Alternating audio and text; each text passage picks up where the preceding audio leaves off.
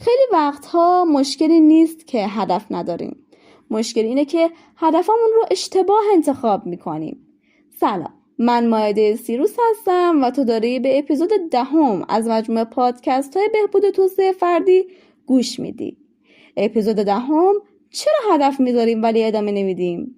احتمالا برای تو هم پیش اومده اول سال، اول ماه یا حتی اول هفته یه هدف میذاری و با خودت میگی که این دفعه فرق میکنه، این دفعه جدی میرم تو کارش، حتما بهش میرسم. اما بعد چند روز یا چند هفته همه چیز آروم آروم فراموش میشه و دوباره برمیگردی به سر نقطه اول. چرا این اتفاق میفته؟ مگه من خودم هدفمو انتخاب نمی کنم؟ مگه من هدفمو دوست ندارم؟ پس چرا برای رسیدن بهش تلاشی نمی کنم؟ چند تا دلیل داره. علت اول، هدفهای بزرگ هیجان انگیزن. ذهن ما عاشق هدفهای بزرگه.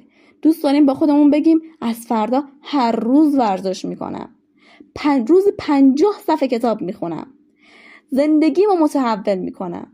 این هدفها حس خوبی میدن، اما یه مشکل بزرگ دارن. اونم اینه که برای زندگی واقعی طراحی نشدن. علت دوم، ما نتیجه رو میبینیم ولی مسیر رو نه. بدن آماده، نمره 20، درآمد بیشتر، متخصص شدن در یک مهارت. نتیجه رو میبینیم ولی مسیری که باید برای رسیدن به اونها طی کنیم رو نمیبینیم، در حالی که زندگی ما داخل همین مسیرها اتفاق میفته.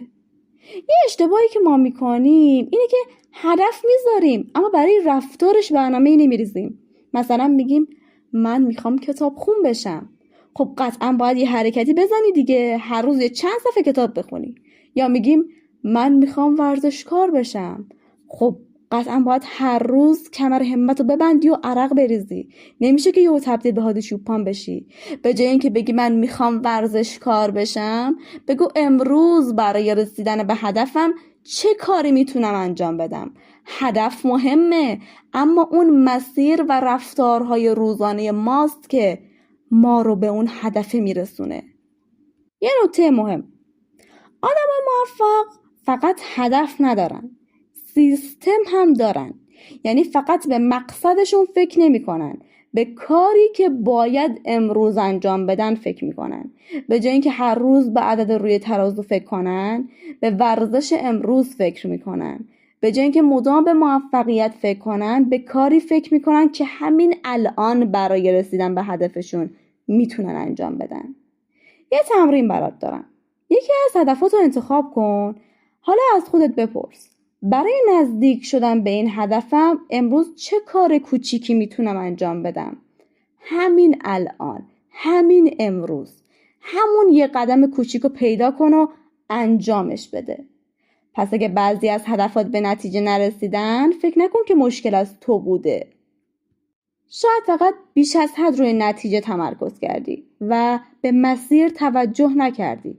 هدفها مهمن، اما چیزی که تو رو به اونا میرسونه کارهای کوچیکی هستن که هر روز انجامشون میدی. ممنونم که همراه هم بودی. تا اپیزود بعد یکی از هدفاتو ادامه بده.